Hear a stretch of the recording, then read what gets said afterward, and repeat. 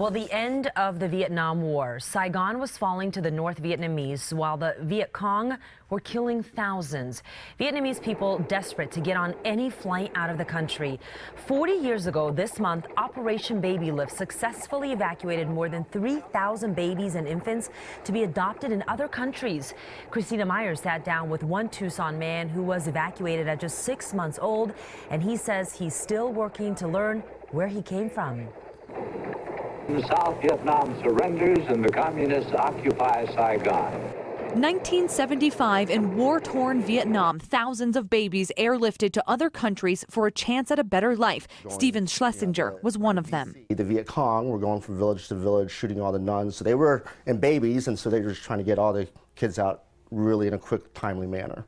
In the rush, Stephen believes his Vietnamese paperwork was forged to get him out quicker. 3 different names appear on his birth certificate, adoption papers, and others. But it didn't matter. He now had an American name, adopted by Jean and Ronald Schlesinger.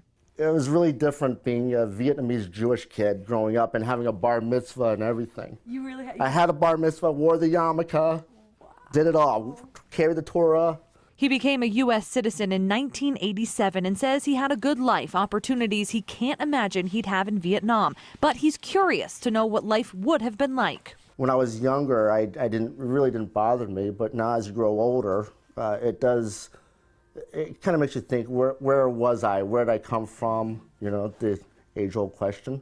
Stephen sent in a DNA sample to find his Vietnamese family, but so far, no matches. Either way, he hopes to one day visit the country he's too young to remember.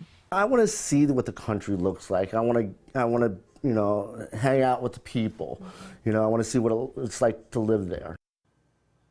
9 on Your Side viewer actually first wrote to us about Stephen. He told us he's a Vietnam veteran and that it meant so much to him to meet one of the babies airlifted 40 years ago. And Stephen says the chance meeting really left an impact on him as well. I know what these people risk their lives for, not just the Vietnam vets, but also the nurses as well.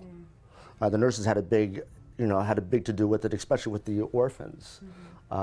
So I pretty much owe my life to them, you know, not just my parents, you know, but I owe my life to a lot of the Vietnam vets, to pretty much all the Vietnam vets.